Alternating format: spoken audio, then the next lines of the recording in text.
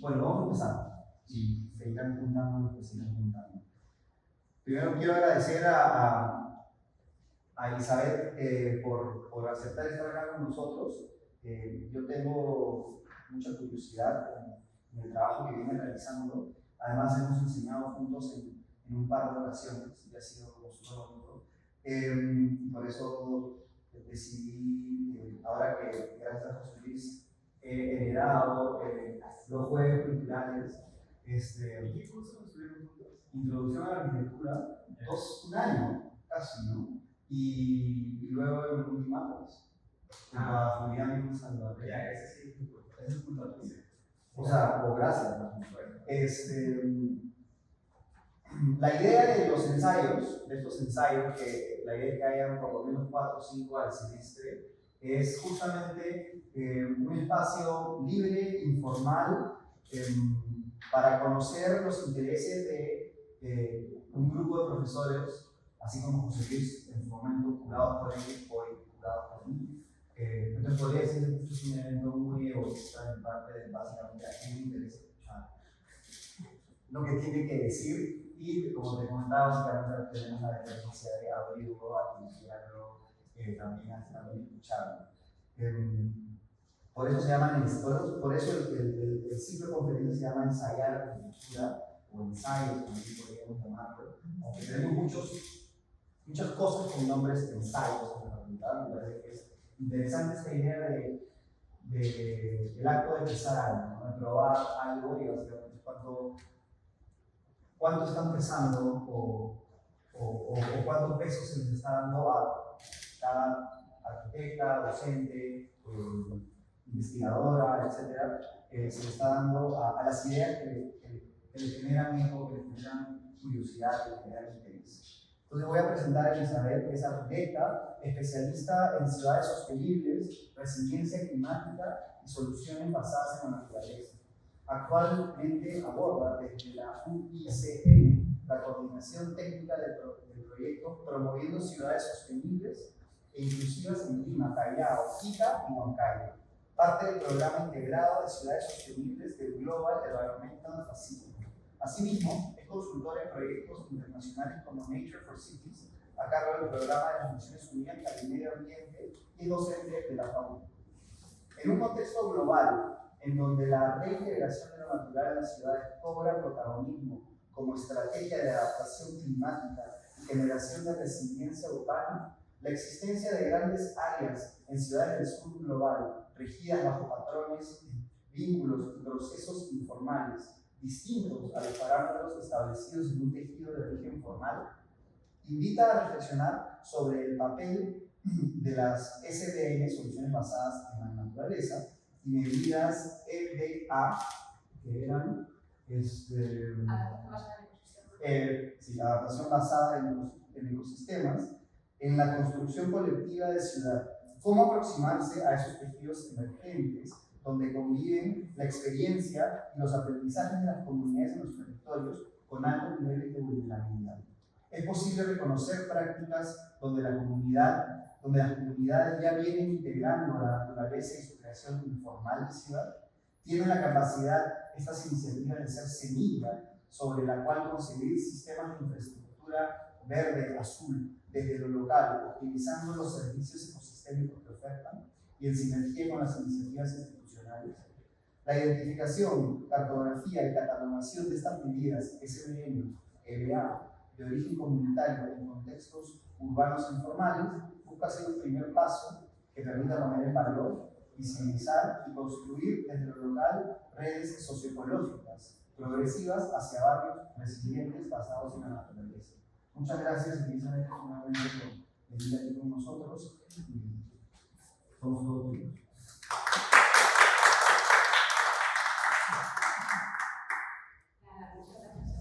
Por la invitación.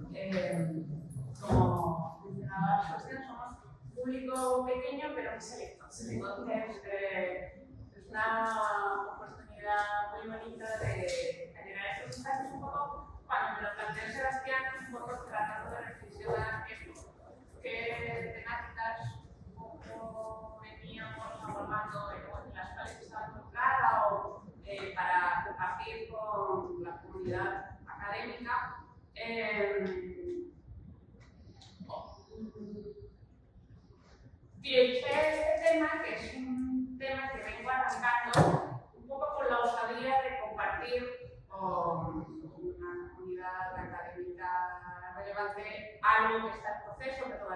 construyendo y que todavía, pero también con las virtudes, con las posibilidades que tiene mostrar algo.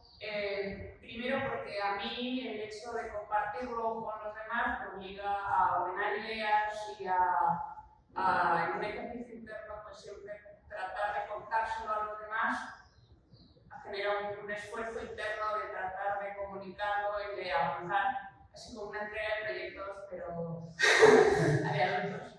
Y luego la posibilidad que estas espacios pues, genera también para incorporar esa retroalimentación por parte de compañeros, ¿no? de profesión. Y en este sentido, quise compartir un poco a raíz de los últimos años, como mencionaba Sebastián, es que vengo involucrada en distintos proyectos, en distintas iniciativas en donde se ha venido trabajando la incorporación de las soluciones a la naturaleza y de la naturaleza como aliada de la ciudad en dinámicas que buscan fortalecer la resiliencia climática y mejorar la capacidad adaptativa de las ciudades frente a retos globales como el cambio climático, el interés hídrico, la seguridad alimentaria. Y en los últimos meses he venido avanzando unas ideas que venía craneando y que venían surgiendo, que vienen aterrizándose en esto que les voy a mostrar a continuación, ¿no? Desde el 2015, en el cual se desarrolla el Acuerdo de París, que ahora lo vamos a mostrar, hasta el 2025, en el cual nos encontramos ahora, ha habido una evolución, una tendencia muy acelerada, aunque términos que antes eran muy apartados o muy anecdóticos, como soluciones a la naturaleza, por ejemplo, de adaptación al ecosistema, cada vez han cobrado más protagonismo a nivel global, a nivel de fondos de financiamiento, a través de programas, a través de proyectos, y ha logrado una consolidación de la estrategia en donde la naturaleza se reconoce como un aliado para fortalecer la resiliencia climática y la adaptación al cambio climático con estos humanos, ¿no? Una alternativa de solución que aborda cómo a través de los beneficios, esos servicios ecosistémicos que la naturaleza ofrece, nos permite abordar peligros climáticos como las olas de calor, a través de la regulación climática o reducir el impacto de las inundaciones que causa el incremento de las lluvias y también pues, en contextos urbanos como la pérdida de infiltración del suelo, ¿no?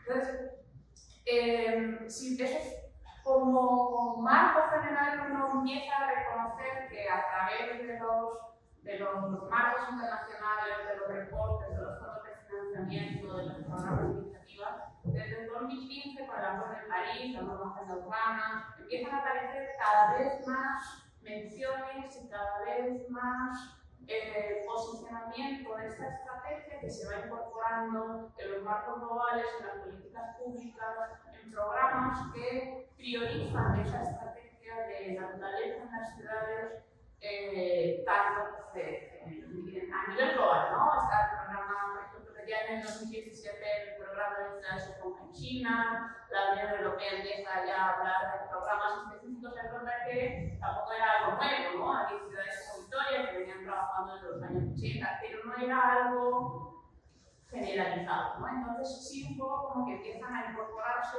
los apartados específicos para convertir iniciativas puntuales en una dinámica más generalizada y más ampliada que cada vez a partir del 2020, el programa Connecting Nature, programas de biodiversidades en Colombia, los ejes verdes y las supermanzanas en Barcelona, que acaban de dar su premio Bauhaus de espacio público, los programas de naturalización en París, que ya están generando las evidencias de los impactos, tanto a nivel de movilidad como a nivel de naturalización de la ciudad. Entonces hay una tendencia cada vez más significativa que va en alta, ¿no? Porque si uno luego ve lo que proyectan que se va a venir en adelante, estiman que si ahora en 2020 se están destinando a nivel global casi 2.000 millones de dólares en proyectos que están orientados a acumular estas iniciativas, se estima que se tiene que cuadruplicar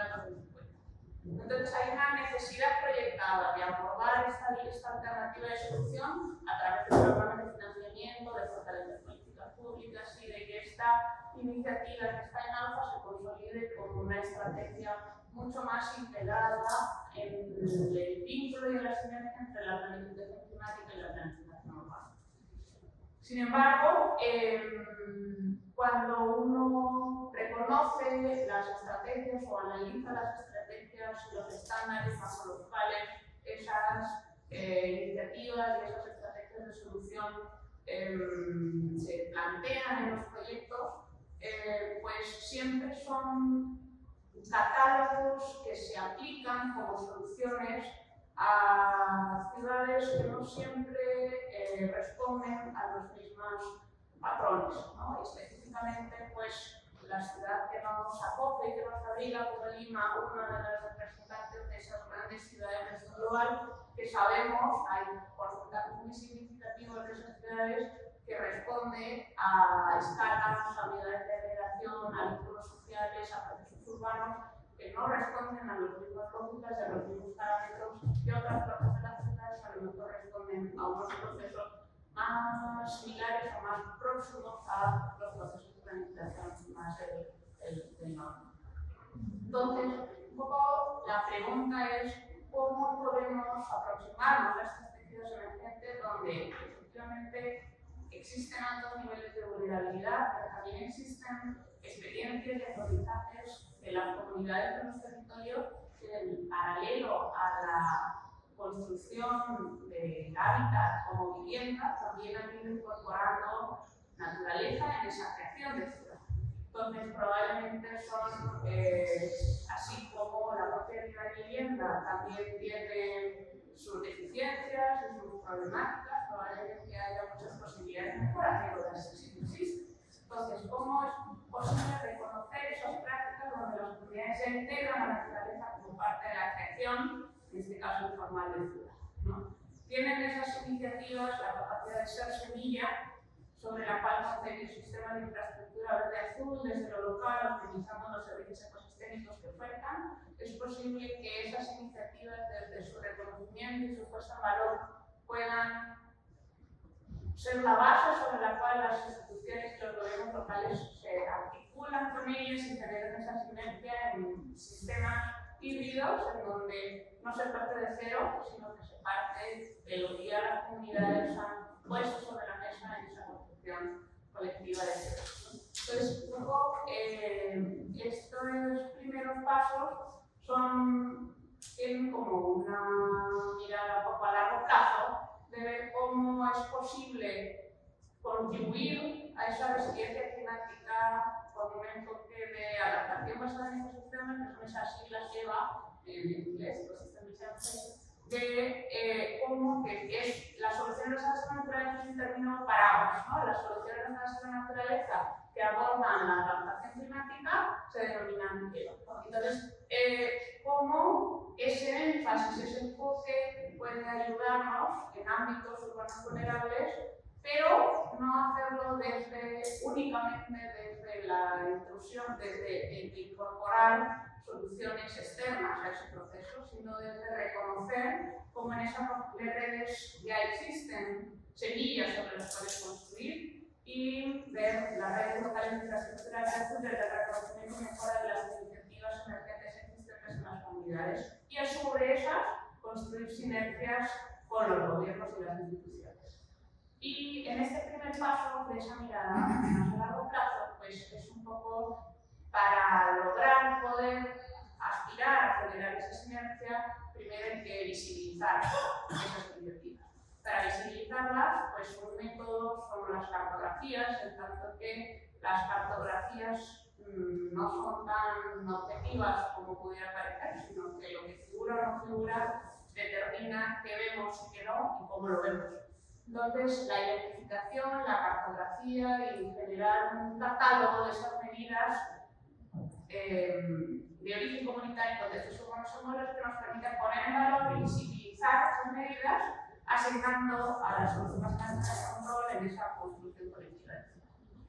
Que lo estoy abordando un poco a dos niveles. Por un lado, a nivel macro, donde de parto, de procesamiento de ortofotos y de imágenes satelitales, de ver dónde está el verde de esa ciudad a escala macro para delimitar zonas priorizadas y luego a partir de eso hacer visitas a escala variable en donde se contrastan índices que han sido extraídos de las ortofotos con la realidad local y sumando aspectos cualitativos pues, desde detalles ecológicos, características comunitarias y entonces, todo ese análisis a escala metropolitana sectorial, hay insumos ya que sirven de base para entender no solo las soluciones a la naturaleza que aparece, sino hay muchas veces que en esa construcción de ciudad informal la zona en la que se encuentran es el punto de partida para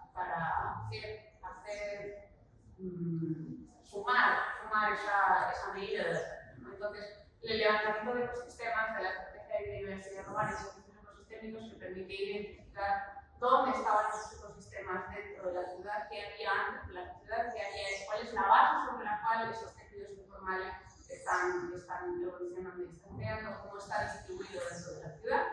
Por un lado, pero también por otro lado, en la definición de ese alcance de dónde estaban esos ámbitos, pues hay a la hora de reconocer dónde están esos, bueno, en Lima hay mucho donde escoger, pero ver la posibilidad,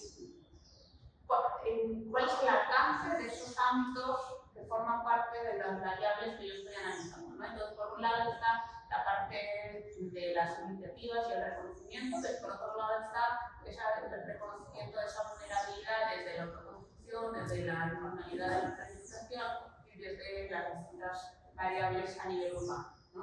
Entonces, sobre eso es que a escala metropolitana se empieza una identificación todavía a escala metropolitana y escala sectorial de dónde, a través de ese juego con los indicadores y la visualización del verde a través de las fotos se empieza a reconocer.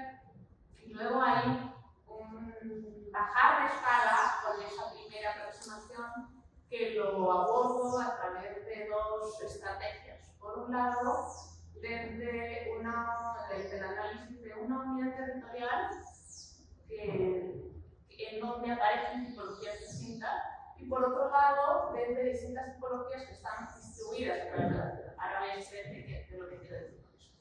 Como desde el análisis de la unidad territorial, la unidad territorial que en Lima yo entiendo que me permite vincular relaciones urbanas, relaciones ecológicas, relaciones sociales, es la quebrada, en donde en esa quebrada empiezan a aparecer la ocupación de la ocupación de esas quebradas y esas zonas pendientes permite reconocer un público objetivo y un espacio dentro de la ciudad que responde a la realidad tanto urbana como social como de la iniciativa informal de las dinámicas sociológicas de la naturaleza que estamos en. Entonces, dentro de una misma unidad territorial, cada uno de estos puntos responde a esa identificación de distintas intervenciones, en una misma unidad territorial voy a encontrar distintas tipologías, como por ejemplo, este huerto comunitario que pertenece a esta zona de Comas, en donde responde a una tipología específica de una iniciativa comunitaria que ha abordado en un bloque del tejido esa propuesta de gestión comunitaria, ¿no? Entonces, así como eso, cada punto responde a un caso en particular en donde conviven distintas tipologías que responden a distintas necesidades. Y por otro lado, pues es la aproximación desde la unidad territorial. Por otro lado, tenemos la aproximación no por unidad territorial, sino por tipologías. Como una misma tipología aparece en distintos lugares de la ciudad, en distintos ámbitos territoriales, respondiendo a distintas necesidades específicas locales, ¿no? Entonces, por ejemplo, este es la misma unidad que veíamos en la unidad territorial que se encuentra en Comas, Este otro, sin embargo, que responde, es un MIST, también es un huerto comunitario que se encuentra en Piedras Gordas y que ha sido integrado en una intervención que abordaba un tema de reducir la erosión por una zona de contención en una zona de ladera, o por ejemplo este que es en la servidumbre, en la faja de servidumbre de la línea de alta tensión en el sudeste. Entonces, al final es una misma tipología que, de acuerdo a distintas realidades urbanas y sociales de la ciudad, va apareciendo y tomando distinta fisionomía, distinta morfología y distintas variables sociales, urbanas y ambientales de acuerdo con el ámbito en el cual se encuentra.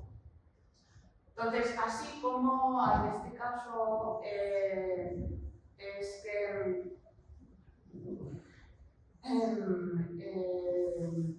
hay un primer levantamiento y una clasificación como voy según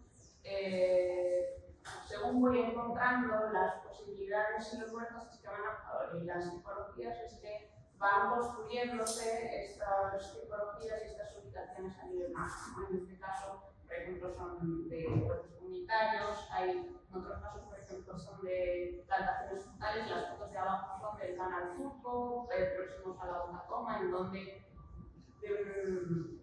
completamente informal, porque no están en la zona, en la faja de servidumbre del canal y no tienen una regulación del uso del consumo del agua, pero empiezan a generar, hay unas zonas de viveros, hay unas zonas de frutales, hay unas zonas de cultivos, que empiezan a construir un tejido verde significativo en ese ámbito específico.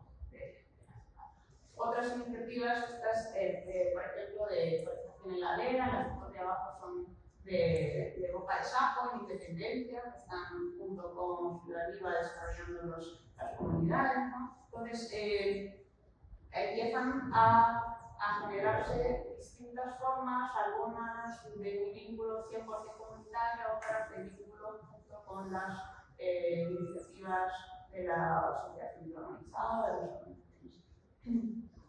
Estas, por ejemplo, son, si bien es cierto que hay algunas iniciativas que tienen una escala y una envergadura más amplia, hay otras que por la condición y la singularidad del propio tejido, pues tienen una escala muy pequeña, pero que sin embargo tiene un valor importante en el sentimiento identitario del tejido social, en el vínculo de cómo cuidan y cómo apropian esas pequeñas soluciones, ¿no? Este es un ejercicio que hicieron un grupo de alumnos en la asignatura de soluciones basadas en la naturaleza del ciclo Victoria, en donde dentro de la huerta perdida en Barrios Altos había un árbol, y ese árbol tenía un nombre propio porque era cuidado por Antonia como si no hubiera un mañana y ella era la responsable. Entonces, sobre ese árbol es que construyeron la propuesta en donde ya no era un árbol genérico dentro de la ciudad, sino que se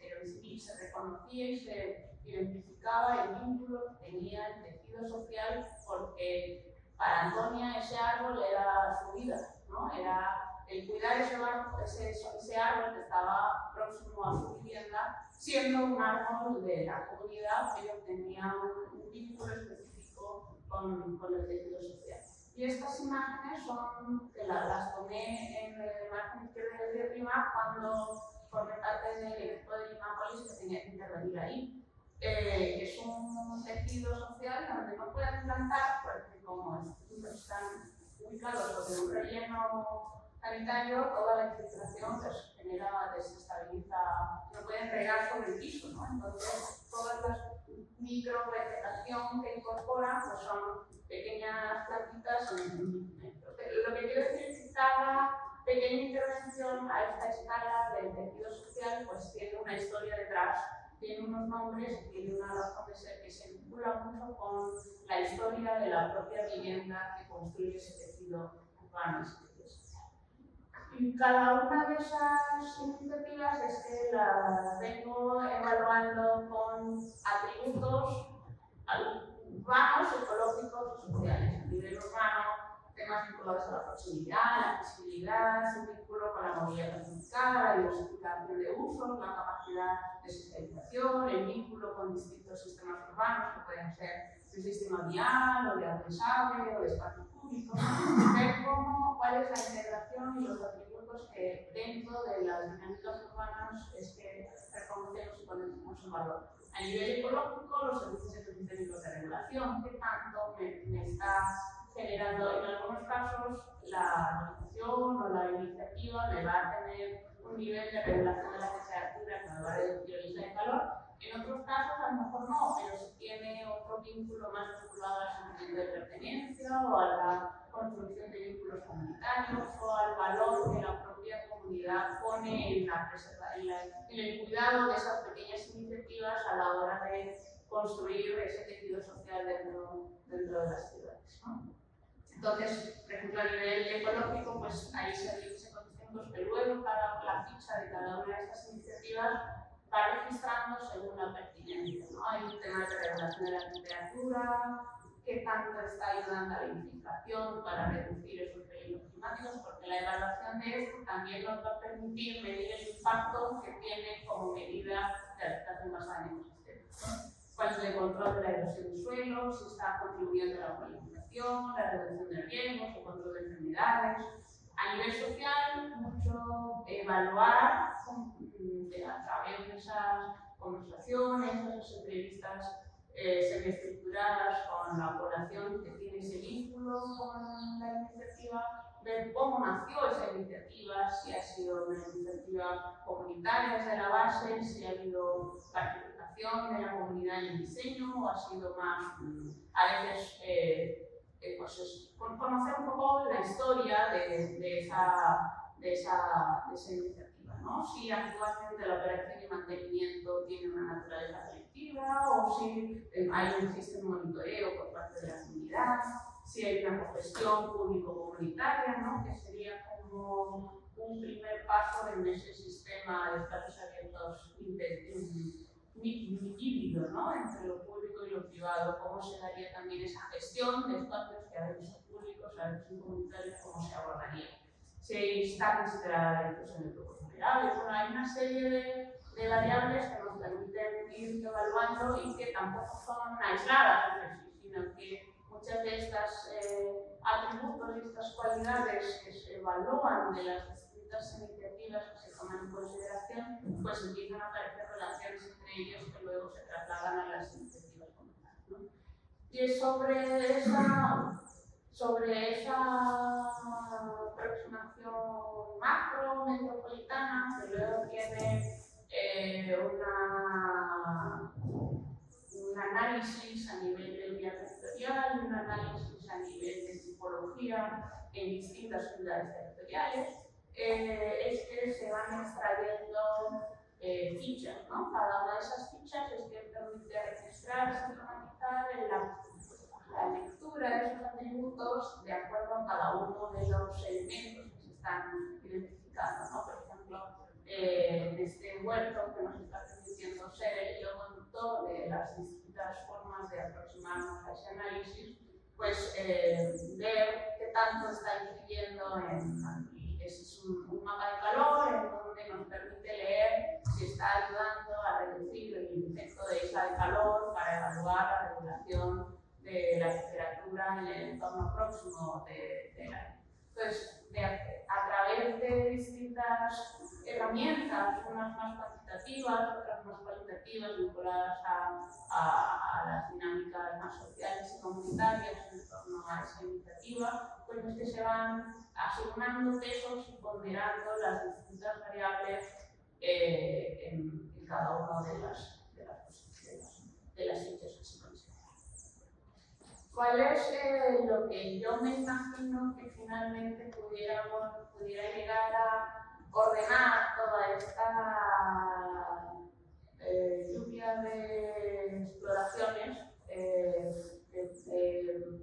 Yo creo que una estrategia que permitiría visibilizar, por un lado, cada una de estas iniciativas y ponerlas a un nivel que ya no sea solo la iniciativa aislada, sino que a pesar de que todavía no esté físicamente conectada o integrada a una política más amplia, pero sí forma parte de una serie de iniciativas con ese germen de construcción verde de esa ciudad, de esa resiliencia climática desde esas pequeñas iniciativas, pudiera darse como una especie de vínculo entre la realidad local y la iniciativa específica, con una posibilidad de visualizarlas y visibilizarlas en una plataforma más integrada, en donde estén todas las actividades.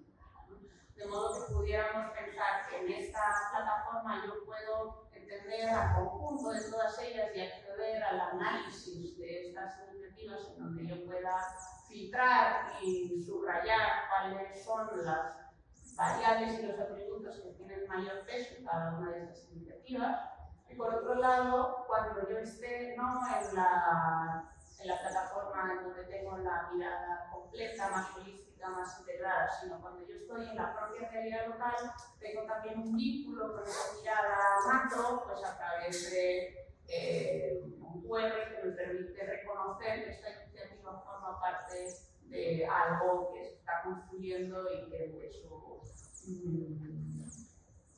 cartografía colectiva será el primer paso para su consolidación e integración con otras iniciativas, ¿no? Entonces, como una herramienta que también permita a los tomadores de decisiones saber que existen, saber cuáles son sus cualidades, sus bondades y su historia detrás, y sobre eso pues, poderlas integrar a esas redes locales de infraestructurales. Entonces, bueno, es un poco en lo que vengo trabajando. Creo que respetaba el tiempo. Ya,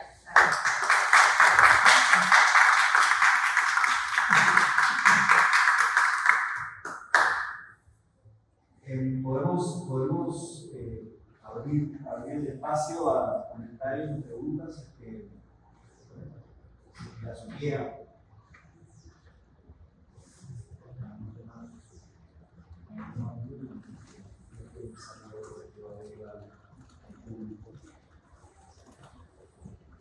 Sí, una pregunta y un comentario. La pregunta es si esta noción de, bueno, de servicio ecosistémico termina siendo apropiado o reconocido por los casos en los que has trabajado, por los actores de los casos, que están dando los servicios ecosistémicos. Sí. Bueno, hay algunos que son como obvios, o sea, cuando hacen un huerto, el servicio ecosistémico de provisión de alimento es muy directo y ellos sí son conscientes. De otros, a lo mejor, como la regulación de la temperatura o de la iluminación del suelo, bueno, obviamente todos estamos más a gusto en las sombras del árbol, pero no siempre hacemos el razonamiento de cómo eso me está ayudando a la resiliencia climática, el contexto urbano, ¿no? O sea, toda esa terminología académica del análisis son no tanto así. Pero también creo que estas ventanas son oportunidades para que se amplíe y se subrayen todos los beneficios, ¿no? De repente son conscientes o ponen ellos, priorizan unos y vienen también de la mano con otra serie de beneficios que a lo mejor no son los que ellos priorizan, pero que también están haciendo que su realidad sea más saludable y más resiliente. Entonces, hay, en ese sentido, si los que dan sombra, los que dan alimento, hay algunos, de repente habría que en esa identificación de subrayar cuáles de esos atributos son los que ellos reconocen como tal y cuáles son los que desde fuera exteriormente se están complementando, ¿no? Para reconocer como esa esa puesta en valor de los atributos desde la población como tal que interactúa con ellos, ¿no? Entonces, y luego comentar un caso que no sé si conoces, nosotros trabajamos ahí, es un tipo de un Tiger 4, que es a cada lado que se llama Pando, nunca me acuerdo si es 8 o 9, que es medio informal porque son esas informalidades de la gobierno de la ciudad se promovieron de la formación de parte del señor de caímos porque identificamos un lote, o sea, caímos por otras cosas, pero encontramos un nido, o sea, un centro de educación inicial del Estado, donde había habido una comunidad de instituciones promesas para 2000, que había introducido una cierta noción de sostenibilidad en el nido, además había ganadería, actividades comunes, y entre otras cosas tenían un taller de hidroponía.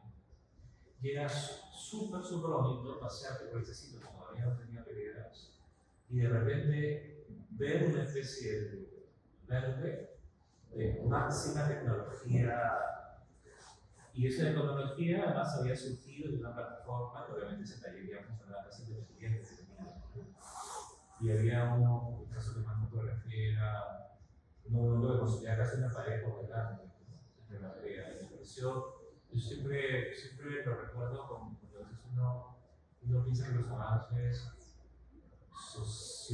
sociotecnológicos están en otro lugar y eso me pareció increíble. sí, hay una, no me acuerdo el nombre, pero que estudia como, así como el Internet de las cosas, también el Internet como de la naturaleza, ¿no? Como el vínculo entre la tecnología y la naturaleza como la tecnología es una herramienta, ¿no? Para promover estas iniciativas como en esa dinámica que hay mucho por explorar, ¿no? Que hay muchas posibilidades a la hora de generar esas sinergias y posibilidades.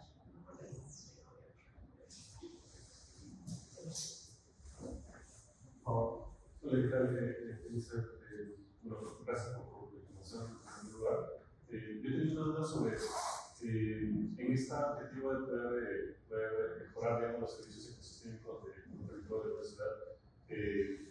Habías hablado al inicio de una fase inicial que es un análisis sectorial de los ecosistemas que tenemos en nuestro territorio, y luego has usado algunas tecnologías, como por ejemplo desde huertos comunitarios hasta la parte de unas vegetaciones aisladas. Yo tengo mucha duda de cómo esa correspondencia entre las especies, por ejemplo, si son nativas o no son nativas, por ejemplo, del territorio en que nos encontramos, con esta correspondencia a si tenemos un paisaje desértico o si se encuentra en los valles, en los ríos, promueven mayores ecosistemas, mayores beneficios ecosistémicos, digamos, o es que independientemente de cualquier especie que uno cultive en la ciudad va a generar buenos beneficios. No, pero por ejemplo, o sea, toda esa información yo trato de hacer como la lectura que en esa unidad territorial en esa que analizamos cómo es el análisis que había antes porque, por ejemplo, en Lima, en los ámbitos urbanos que hoy son ciudad, pero que entonces fueron valle, el verde es mucho más fácil generar verde en los ámbitos de Lima donde antes era valle, en la zona donde no, porque durante años el sustrato se mejoró. Entonces, el hecho de entender qué había antes de llegar al tejido urbano, tanto por la estructura ecológica, por ejemplo, el otro extremo, las lomas aparecen en un determinado ámbito de la estructura ecológica por una determinada razón, por una concentración de neblina, entonces el hecho de entender cómo la estructura ecológica o acciones antrópicas como el valle han transformado el sustrato, han transformado las condiciones, el ir para atrás siempre, bueno, antes de que haya ciudad, aquí que había, también me permite reconocer cuáles son esos. En algunos casos no aparece vínculo, pero en otros casos sí aparece una relación entre lo que había antes y lo que se integra, bien porque en esa ocupación de ese ámbito, por ejemplo, en todas las zonas de borde, de lomas, en esa relación hay una integración muy clara. En las zonas de zona ribereña hay muchas veces que también el uso del agua es que empiezan a aparecer relaciones específicas con ese ecosistema como tal. Entonces, o en zonas donde antes era zona de cultivo y valle, donde aparece un sustrato muy favorecido para la posibilidad que aparte de unas condiciones ambientales favorables para poder desarrollar esa actividad. Entonces, eso es un poco la razón de ser de ese plan, que es como para tratar de poder ir hacia atrás en esa unidad territorial y reconocer que había para poder entender mejor qué es lo que fue. Ese es un poco la Gracias. Elizabeth, gracias. Tenía un comentario primero y luego otra pregunta. La primera era como, me pareció súper interesante el ejercicio de hacer una catalogación, una tipologización, si quieres llamarlo un poco. Pero, claro, o sea, has tomado dos cosas importantes para analizar. Por ejemplo, una lógica es tomar una unidad territorial que es a nivel de una cuenca, que me parece pertinente porque luego tienes muchas tipologías dentro de una unidad territorial, como la mencionas, y luego tienes la tipología que lo ves en distintas cuencas, cómo esta tipología va presentándose en distintos territorios. Entonces mi pregunta iba, y quizás podría ser un aporte a tu catalogación, es que tal vez explicar qué produce esa variación de la tipología. O sea, quiero decir, un puerto comunitario en esta cuenca tiene esta lógica, pero en la otra es otra, tiene otra lógica, otra lógica. Pero tal vez explicar por qué qué cosa produce esa variación. ¿No? O sea, qué es lo que hace que algo sea distinto al otro. Y quizás ahí también tenga que ver algo sobre la escala de estas infraestructuras, ¿no? O sea, estos huertos, por ejemplo, eso tiene una escala comunitaria y eso también está involucrada con el esfuerzo que involucra hacer esto. Y entonces me preguntaba igual, o sea, ¿cómo se podría, dentro de esta catalogación, pensar cuáles son esas cosas que cambia esta tipología de todo lugar? Y el esfuerzo, porque el esfuerzo es importante, porque creo que eso hace que algo se pueda continuar, o algo simplemente pueda hacer como llevas algo, introduces algo, y luego después de unos años deja de continuarse. Entonces creo que ahí el análisis del esfuerzo es importante, que involucra. Algunos se involucran, digamos, hacer un hueco y poner un árbol y luego regarlo, o otros se involucran en una maquinaria, otros se involucran hacer método medicinal, etc. Creo que eso puede también nutrir para ver que ese catálogo que está cerrando, que es súper interesante, después pueda tener una lógica de aplicación y de tener aplicaciones en distintos lugares. O sea, me parece muy bueno eso. Lo voy a empezar por la última, en lo del esfuerzo, en verdad, aquí lo que normalmente en los otros trabajos que yo tengo tenemos que pensar cómo alguien se va a hacer cargo de ese incentivos, ¿no? ¿Quién va a hacerse cargo? ¿Se va a hacer cargo el alcalde, la gestión pública, la comunidad? Entonces, que convencerles a ellos de que se tienen que hacer cargo, de bajo qué estrategias. Aquí es un poco el ejercicio al revés, porque si yo lo he logrado encontrar, es porque ellos han encontrado la manera, bien sea porque María riega el árbol, bien sea porque la comunidad ha logrado organizarse para sacar el huerto. Entonces, lo que trato es de ver cómo ellos van, o sea, cómo es la operación y mantenimiento de eso, pero no tanto para medir el esfuerzo. O sea, sí mido el esfuerzo, pero no es nada que no es que les tengamos que convencer, porque es algo que ellos ya, por su propia construcción de ciudades que ha aparecido, ya han integrado la manera de gestionarlo. No me preocupa tanto el nivel de esfuerzo, sí a la hora posiblemente de escalar esa iniciativa, ¿no? Claro, si hay veces que las iniciativas perspectivas son factibles o son posibles de mantenerse sostenibles en el tiempo, porque tienen un nivel de esfuerzo que la comunidad tiene la capacidad para manejarlo. Si tú eso lo multiplicas por 10, de repente te estallan las manos, ¿no? Porque no. Entonces sí, a la hora de, una vez completemos la primera parte de catalogar, sí hay que pensar en estrategias de cómo pueden interpretarse como pilotos para escalar esas iniciativas. Ese nivel de esfuerzo sí es una variable que condiciona mucho esa integración, ¿no? Pero cuando trato de analizar esa parte, es más entender cómo ellos asumen y integran ese esfuerzo en su gestión. Y la otra pregunta de cómo el cambio de unidad territorial a tipologías, cuáles son las variables, probablemente cuando tenga una mayor cantidad de levantamientos y de análisis que pueda sacar conclusiones más rigurosas, ¿no? A priori condiciona mucho, por ejemplo, por un ejemplo que he puesto en la presentación, el tema del huerto que está en la faja de servidumbre o está en la escala, la ubicación condicionada por el tejido, porque no es que sean lugares que hayan planificado convertirse en eso, sino que muchas veces aparecen en suelos baldíos o en ámbitos intermedios. Entonces, a veces la base sobre la cual esa naturaleza del tejido urbano en donde se inserta esa solución condiciona mucho lo que luego aparece, la escala, la gestión. Por ejemplo, la faja de servidumbre de la línea de alta tensión teóricamente está administrada por los responsables de la línea de alta tensión, pero teóricamente no se puede ocupar, pero tienen ahí como una negociación como mientras no la invadan, pero no pueden construir. Entonces, ahí hay un poco como desde la suma de variables, desde el esfuerzo, de la gestión, del comentario, del tejido urbano, que sirve la base para que luego se desarrollen esos procesos. Hay una serie de variables que probablemente en el proceso de ir levantando y catalogando irán cobrando más protagonismo, ¿no? Frente a otras para poder determinar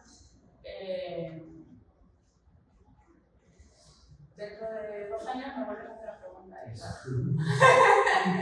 A ver cuáles son un poco los resultados de esas conclusiones, ¿no? Más como de cómo va brindando cada levantamiento, brinda nueva información que va modificando, ¿no? Un poco esas variables. Pero sí creo que el tejido urbano condiciona significativamente la razón de ser de la naturaleza de esa iniciativa, la escala o el vínculo. Yo creo que hay una cosa, gracias a todos por los comentarios y preguntas, a mí me pareció súper interesante y gracias también Isabel por estar acá.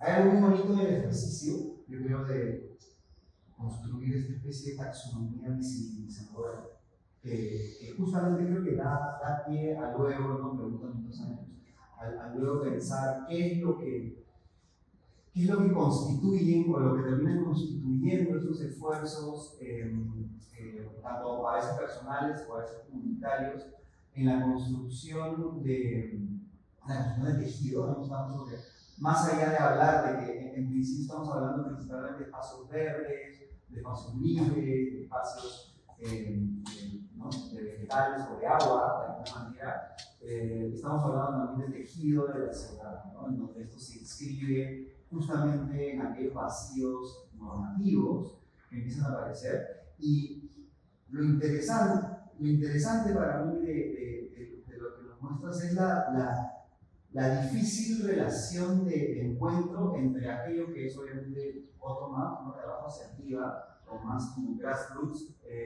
versus ese punto al que tú llegas eventualmente en el círculo, lo reescalas, es que se lo quitas a esta zona y se lo pasas a la otra zona que viene desde arriba y norma, mantiene. Y creo que lo bonito de este ejercicio es que además de que identifica y visibiliza y al hacer eso, hacer más real ciertas cosas de la ciudad, es que devela la complejidad de esa línea, en donde a veces provoca decir, no, que no se lo diga a nadie, porque se lo van a lograr. O sea, si lo pasas al establishment, probablemente lo logre, ¿no? O simplemente cambia la naturaleza, por más de que no tienes, entre comillas, no tiene sentido de que estas iniciativas tengan desde el espacio de la necesidad en el que siempre medimos nuestra ciudad, siempre salen desde las ausencias de lo que debería estar proveyendo de infraestructuras verdes y de adecuados manejos de calor, de agua, de vegetación en nuestra ciudad. Sí me parece bonita la zona gris que se crea entre estas iniciativas de escalas muy particulares y luego lo que implicaría convertirlas en otra, ¿no? Y me hacía acordar, vi una vez una investigación que se convirtió en una especie de muestra también taxonómica de unas personas que catalogaron todos los árboles en Manhattan, como cuál es, ¿no? Y colocaron la pregunta, quizás esta pregunta no tenga mucho sentido acá del video, pero colocaron la pregunta sobre los derechos de las plantas en un espacio, en un entorno urbano, casi que coqueteando con la idea de otorgarles, en inglés es más fácil el término, que es personal, ¿no? ¿Qué pasa si a una planta o a un espacio le otorgas derechos de persona? Yo creo que acá mejor las plantas se quedan como plantas porque así tienen más derechos que las personas, ¿no? Creo que es bajar de categoría, que es una persona que ser planta en esta ciudad, pero me parece interesante el espacio de los derechos de las cosas, siempre que aparecen como de abajo, se trastornan con bastante frecuencia. Tienes esa página no solo visibiliza los derechos técnicos, sino que los valoriza. Te dice a Leonino cuánto se está ahorrando el hecho de cuidar ese árbol cuando le está ayudando en sanidad pública. Entonces, es verdad que a veces monetizar lo ecológico a veces es un poco polémico, pero en verdad es muy visible a la hora de ponerle un corazón. Y lo otro que mencionas, a mí sí me parece, yo he trabajado muchas veces con lo comunitario, con lo público, y hay mucha desconfianza instalada mutua. Claro. Para cada una de las partes, para lo comunitario, al margen de los traficantes. Lo público es el que no hace nada, el que rota, el que se va, el que intenta y no logra, ¿no? Y por otro lado, desde lo público hacia lo comunitario es como hay una desconfianza instalada, y cuando hay iniciativas que o son comunitarias o son iniciativas públicas, cada una tiene sus bondades, sus debilidades, sus fortalezas. Pero el entender que desde las competencias de cada uno, en este caso al menos, por ejemplo, de esta sucediendo, si se brinda una oportunidad de las sinergias, pues un espacio, como una ventana de oportunidad para construir confianza entre dos actores que conviven en el territorio a la hora de sumar, ¿no? Porque para mí como gestión pública técnicamente incluso es mucho más fácil plantear iniciativas que construyan sobre lo que ya hay la conexión, porque muchas veces son iniciativas que son aisladas, pero no construyen un enfoque más sistémico de todas las iniciativas. Son una iniciativa que aparece con un grupo, con una persona, pero no hay, como no es un espacio planificado, no tienen esa mirada sistémica de la vida territorial o del ámbito. Entonces, son unidades en donde, por otro lado, el gobierno local podría sumar como a un enfoque más planificado de ese ámbito, se suman esos nodos a través de corredores o entonces al final puede ser como una oportunidad para reducir el nivel de desconfianza, como una herramienta para que sumar a que esos espacios sean más activos, ¿no? Sobre los cuales seguir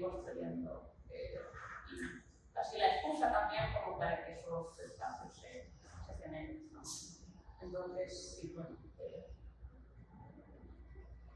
hay posibilidades de rebrotes de distintas, más desde lo climático, más desde lo urbano, más desde la gobernanza, más desde la gobernanza. Entonces sí hay muchos retos en ese sentido de la desconfianza acumulada y direccional. No ayuda. Buenísimo. Eso. Bueno, muchas gracias. Quedamos en la espera de 2 años. A ver ya el catálogo, descargarlo quizás. Llamamos para fondos de financiamiento. Fondos semilla, ¿no? Ahí estamos. Esta creación también. Hay múltiples espacios, por lo menos acá y quizás en otras para poder financiar esto que me ha parecido súper interesante y abre muchas puertas. Muchas gracias, Elizabeth, por estar acá. El último fue cultural ensayo del semestre. Habrá otros eventos. El próximo semestre, aprovecho para hacer un culicherry. Acá tenemos a un ensayista del próximo semestre, a Silvia. Vamos a tener a Max Moya, Teresa Montoya, Lucía Belli. Y bueno, fue buenísimo. Muchas gracias. Esperamos contar contigo pronto también. Otras cosas que puedas enseñar. Gracias a todos y que tengan un feliz jueves. Gracias.